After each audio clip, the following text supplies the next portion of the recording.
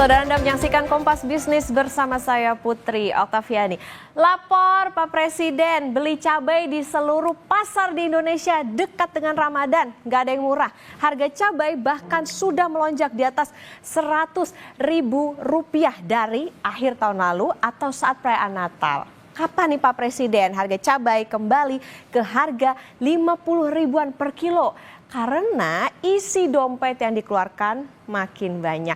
Gak cuma cabai, saya juga mau lapor nih Pak Presiden. Di Ramadan ini PHK juga menjadi kecemasan kelas pekerja, khususnya industri padat karya. Kita lihat peta harga cabai di Indonesia ke data berikut ini. Nah ini dia saudara, Indonesia darurat cabai mahal. Ini harga per kilogram per 27 Februari. Kita lihat dari Sumatera harganya Rp105.000 per kilogram. Geser ke Kalimantan harganya di kisaran Rp130.000 sampai Rp140.000 per kilogram.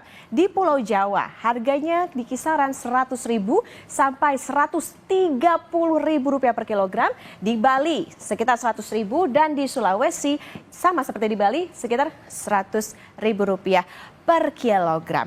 Kalau secara makroekonomi saudara, cabai selalu memiliki andil penyumbang inflasi, terutama saat cuaca buruk atau gagal panen menjelang perayaan hari besar. Apa upaya pemerintah menstabilkan harga cabai yang melambung secara musiman dari tahun ke tahun? Pedagang juga mengeluhkan saudara, pasokan cabai yang seret hingga mengerek harga cabai. Selain harga cabai, yang dicemaskan adalah PHK. Kita ke data selanjutnya. Lapor Pak Presiden, gimana nih bisa beli cabai yang tadi harganya makin melambung sampai Rp100.000 kalau pekerjaan aja nggak punya. Kami bacakan data PHK saudara yang terjadi sejak Januari sampai Februari. Ini di sektor tekstil begitu ya, di wilayah Sumedang ada 700, kemudian di sektor tekstil juga di Cimahi 270.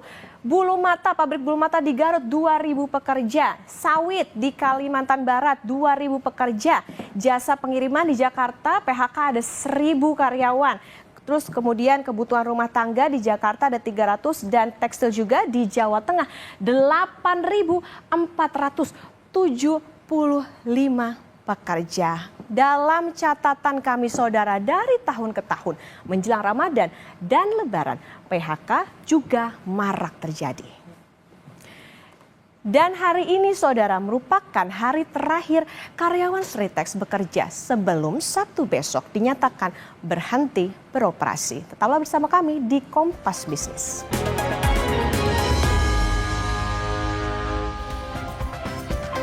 Kembali di Kompas Bisnis saudara, suasana sedih menyelimuti karyawan PT Sri Rejeki Isman Tbk atau Sritex di Sukoharjo, Jawa Tengah di hari-hari terakhir bekerja. Sebagian karyawan sudah mulai mencicil membawa pulang barang pribadinya. Jumat 28 Februari 2025 hari ini menjadi hari terakhir mereka bekerja sebelum akhirnya Sritex akan resmi berhenti beroperasi pada Sabtu besok 1 Maret 2025.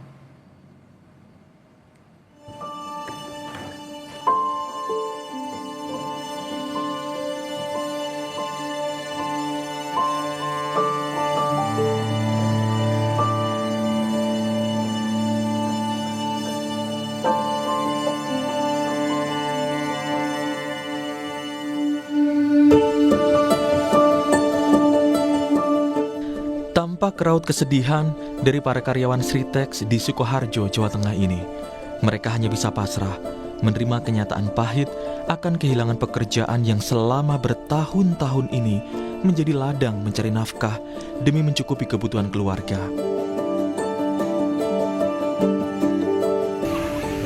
Hari-hari terakhir jelang penutupan Sritex pada Kamis sore, sejumlah karyawan tampak mengabadikan momen kenangan. Beberapa di antaranya terlihat mengemas dan membawa sejumlah barang pribadi untuk dibawa pulang. Mereka sengaja membawa barang pribadi di tempat kerja sebagai bahan penyemangat. Salah satu karyawan dari Yati mengaku sudah mendapatkan kabar PHK. Dari Yati mengaku sedih atas kejadian ini dan berharap bisa mendapatkan pekerjaan baru. Kalau sedih ya Bu, rencana nanti gimana di rumah dulu atau di mencari rumah pekerjaan dulu? Mau di rumah dulu. Bu, ini barang-barangnya dibawa semua nih Bu. Barang pribadi. Sementara Warti yang sudah mengabdi di Sritek selama 25 tahun juga mengaku sedih dan bingung atas PHK yang menimpanya usai Sritek dinyatakan gulung tikar. Apalagi anak-anak Darwati masih bersekolah dan butuh biaya pendidikan. Darwati berharap Sritek bisa kembali pulih dan bisa kembali bekerja. Bingung nggak Bu ini Bu? Ya bingung, dengar udah PHK aja hatinya sakit menangis. Keluarga ikut menangis. Sedih ya Bu? Sedih. Soalnya ini buat keluarga lah. Mbak anaknya masih sekolah kan juga bingung. Masih Keluarga kecil. di rumah juga sempat shock Bu? Iya, shock. Anak-anak juga shock. Terus punya harapan mau lanjutin sekolah ini kayak gimana gitu. Kasihan ibunya. Tuh. Kini yang tersisa hanyalah pekerja seperti mekanik dan satpam. Itu pun harus pengetahuan tim kurator kepailitan PT Sritek. Jumat 28 Februari 2025 menjadi hari terakhir karyawan bekerja di PT Sritek.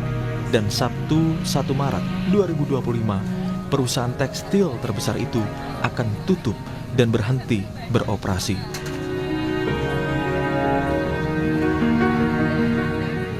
Pihak SPSI PT Sritek akan tetap berusaha memberikan THR dan pesangon bagi karyawan yang terkena PHK.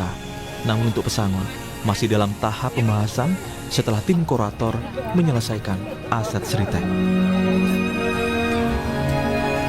Nikolaus Irawan, Kompas TV, Sukoharjo, Jawa Tengah.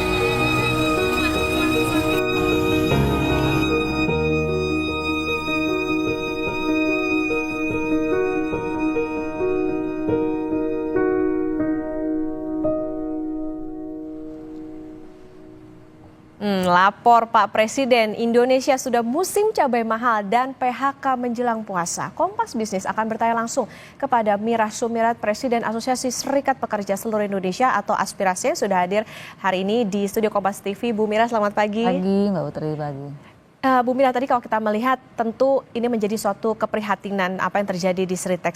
Sebetulnya bagaimana sih Bu kondisi pekerja, terutama mereka yang ada di sektor padat karya? Dari data Anda, sudah ada berapa pabrik yang mengumumkan PHK hingga sejauh ini? Ya, proses PHK massal itu sebenarnya sesungguhnya terjadi sejak tahun 2015. 2015 kemudian diperparah pada saat 2020 ada COVID, pandemi COVID. Kemudian diperparah lagi, kemudian ada Undang-Undang Omnibus Law Cipta Kerja. Nah, kemudian diperparah lagi nih, pemerintah mengeluarkan regulasi untuk yang kawan-kawan tekstil dan alas kaki, Permendak nomor 8 tahun 2024. Makanya Bos Sritek kan sudah menyampaikan kepada media, kepada publik bahwa salah satu penyebab daripada pilot atau tutupnya Sritek itu adanya peraturan Menteri Perdagangan nomor 8 tahun 2024. Dan bukan hanya dirasakan oleh Sritek, tapi seluruh perusahaan yang berbasis ekspor itu merasakan adanya Permendak yang membuat mereka kemudian produknya menjadi tidak laku dan perusahaan akhirnya tutup gitu. Jadi proses PHK massal ini sudah berlangsung lama dan saya yakin akan terus berlangsung karena saya mendapat informasi 2 hari yang lalu itu ya, Sanken, kemudian Yamaha Musik ya di Pulau Gadung dan juga di Cikarang, kemudian juga akan lagi ada katanya perusahaan-perusahaan yang lain, sebelumnya Denbi yang di Garut 2.000 orang dan itu besar-besar gitu ya PHK-nya dan nggak main-main, bukan jumlah orang yang di bawah 1.000, itu di atas 1.000. Dan harapan saya sih pemerintah harus segera proaktif ya, jangan menunggu laporan gitu baru mereka datang atau juga baru mereka bisa menyelesaikan ini. Artinya secara regulasi belum ada yang bisa mengakomodir atau melindungi pekerja maupun juga industri itu, Bu? Ya terus terang ya, contoh Undang-Undang Omnibus Law Cipta Kerja kan sudah dinyatakan oleh Mahkamah Konstitusi itu inkonstitusional. Kemudian juga kemarin ada GR yang dilakukan oleh kawan-kawan di aliansi dan juga beberapa partai politik dan menyatakan itu harus di dalam tanda kutip diperbaiki, dikoreksi dan pemerintah diminta oleh Mahkamah Konstitusi untuk membuat undang-undang baru. Artinya memang selama ini regulasi yang untuk para pekerja buruh tidak pro, ya tidak ada untuk dalam rangka untuk melindungi gitu lah. Kalau melindungi saya yakin kok nggak ada ini yang namanya bicara terkait dengan PHK, masalah yang bertubi-tubi yang tadi disampaikan gitu ya. Dan lagi-lagi harapan saya ketika pemerintah membuat regulasi juga selama ini harapannya ingin kami itu dimintai saran atau juga oke lah kita nggak bisa dilibatkan secara langsung karena bukan lembaga yang memang membuat undang-undang, tapi kami berharap adalah minta pendapat gitu ya, namanya juga stakeholder yang terkait untuk bisa sama-sama nanti ada perbaikan di dalam undang-undang yang akan dibuat. Harus lebih banyak mendengar kebutuhan maupun tidak hanya sekedar industri tapi juga dari pekerja. Bung Mira, tapi kalau sekarang mana yang lebih baik terjadi? Putus kontrak atau PHK? Dan setinggi apa sebetulnya gelombang PHK yang kemungkinan terjadi, terutama ini kan udah dekat ke Ramadan dan juga Lebaran? Ya, 50-50 ya, 50%. Jadi sekarang ini kalau saya lihat nih perusahaan seperti kayak modus gitu ya, kebiasaan tahunan gitu, dan ini bukan tahun ini aja, sebelumnya juga begitu ya. Saya nggak ngomong oknum ya, tapi emang kenyataan gitu bahwa perusahaan ketika menjelang Ramadan mereka melakukan putus kontrak. Terutama kawan-kawan kontrak nih, saya bukannya sok tahu atau yakin, tapi emang yang saya alami karena saya orang lapangan gitu bahwa mereka pasti diputus kontraknya pada saat menjelang Ramadan. Dan itu dalam rangka untuk menghindari membayar THR. Nah, begitu pula kalau yang karyawan tetap itu dia bukan dihabisi tetapi dibungkus perusahaannya dengan tutup. Ya, dengan tutup, kemudian perusahaan tersebut mem-PHK semua karyawan atau buruh. Nah, yang menjadi miris kami adalah ketika sudah tutup, setelah Lebaran mereka buka lagi dengan dari yang baru. Open recruitment lagi, berarti? Open recruitment dengan status nanti menjadi outsourcing harian dan juga kontrak yang sangat pendek ininya kontraknya. Gitu. Oke, itu sudah terjadi sejak berapa lama kalau Bu Mira memperhatikan modus-modus seperti itu, Bu? Kalau bisa dikatakan ya ini diduganya adalah untuk menghindari pembayaran THR terutama. Sejak kurang lebih tahun 2015 sampai kemudian sekarang. Saya lihat modus itu terus berlangsung dan kami nggak diam. 2016 itu kan saya wakil ketua lembaga kerjasama tripartit nasional gitu atau LKS dari perwakilan pekerja buruh gitu ya. Kami sudah sampaikan itu ya berulang kali dan tapi itu tadi lagi-lagi karena dalam tanda kutip kami tidak pernah dilibatkan secara pembuatan regulasi atau juga dimintai saran gitu atau pendapat ya lagi-lagi ya hasilnya kayak gini gitu ya. Lalu merugikan. Ya sejauh ini kalau dari aspirasi sendiri Bu sudah seberapa banyak, sudah seberapa besar aduan yang mungkin diterima ataupun juga karena kan ini juga terjadi gelombang PHK tidak hanya di Jakarta tapi juga di berbagai wilayah lainnya. Kalau saya ngambilnya di tahun 2024 aja ya. Sektor mana Bu yang paling banyak? Kalau 2025 kan baru. Itu kalau bicara paling banyak kurang lebih hampir 30 ribuan orang. Ya, untuk pengaduan untuk PHK. Tapi kalau saya ngambil dari 2015 itu udah datanya udah sampai menembus hampir 100 ribuan orang gitu lah. Jadi apa yang dirasakan oleh kawan-kawan buruh bukan hanya dari Jakarta tapi seluruh daerah itu menyampaikan keluhan yang hampir sama seragam, yaitu bahwa menjelang Ramadan, menjelang hari raya mereka di PHK dan para pekerja kontrak itu dihabisi pada saat menjelang Ramadan itu. Itu sepertinya kayak modus. Kondisi kesulitan yang dirasakan para pekerja saat ini sejauh mana sih Bu? Karena kan kalau tadi kita tidak hanya melihat bagaimana gelombang PHK terjadi, tapi harga cabai mahal, harga kebutuhan macam-macam juga semakin mahal.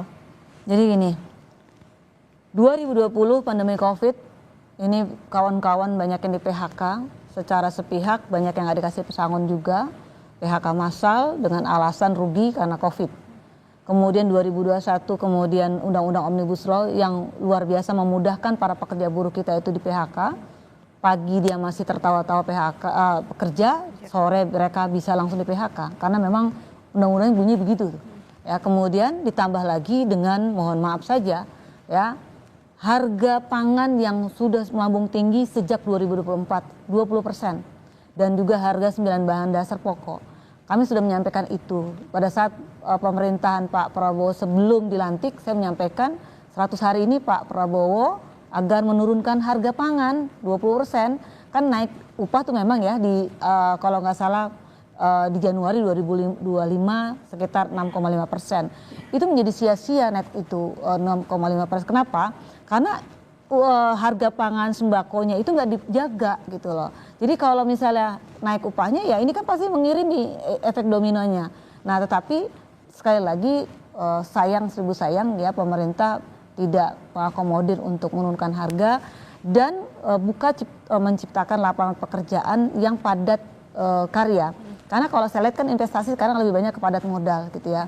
Nah, tapi kalau saya lihat lagi, kalau melihat kasus Sanken ya, itu menyampaikan bahwa emang di permukaan sih nggak kelihatan gitu ya, yang di publik menyampaikan bahwa produknya nggak laku gitu ya. Tapi saya mendapatkan informasi sesungguhnya di Sanken itu banyak sekali yang namanya pungutan liar, pemalakan dari ormas-ormas sekitar gitu.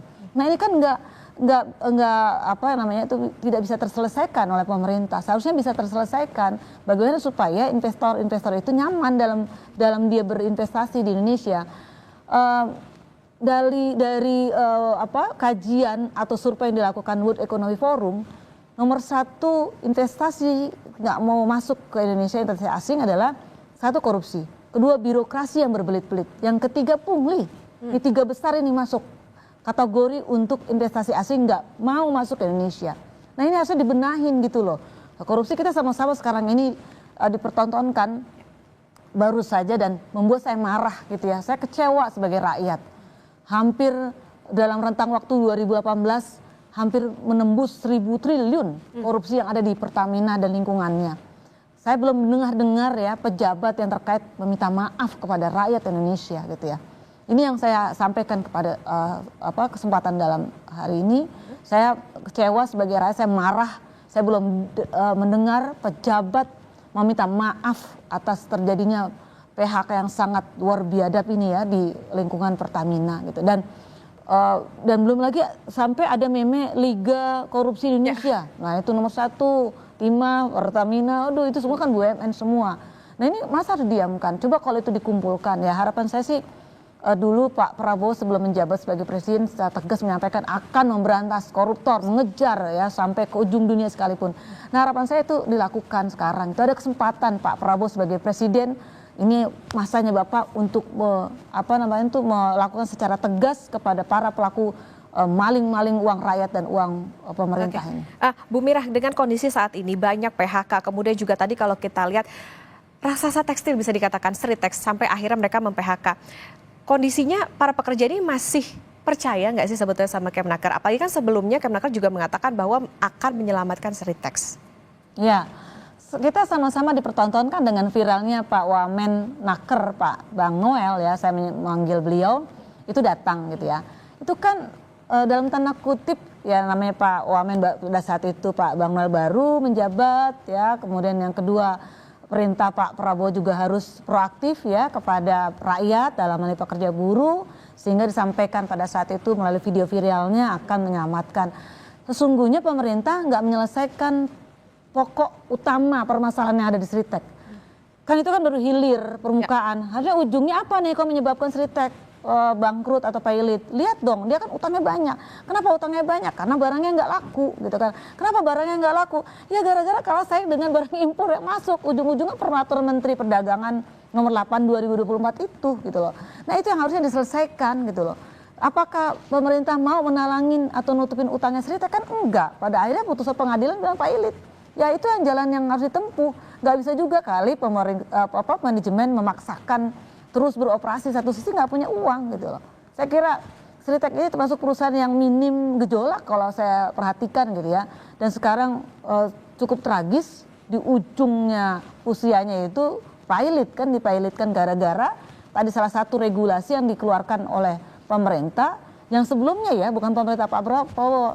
Jadi yang sebelumnya itu dikeluarkan sehingga mengakibatkan kerugian yang luar biasa gitu. Jadi saya kira ini juga harus cepat gitu, karena kalau bicara terkait Sritex saya khawatir ini akan ada lagi banyak perusahaan yang sejenis. Jadi domino ya Bu? Betul, yang kemudian melakukan yang sama. Oke, ini yang perlu diperhatikan adalah bahwa kondisi saat ini di Indonesia tentu mempengaruhi bagaimana iklim investasi yang juga berdampak pada pekerja. Ada tadi beberapa faktor seperti korupsi, kemudian birokrasi yang berbelit, ada pungli, bahkan juga ada Permendak yang tentu ini bisa menghambat bagaimana situasi ataupun juga kondisi investasi dan juga berdampak pada pekerja. Terima kasih Presiden Asosiasi Serikat Pekerja Seluruh Indonesia atau Aspirasi Bu Mirah Sumirat sudah bersama di Kompas Bisnis. Sehat selalu Bu Mirah.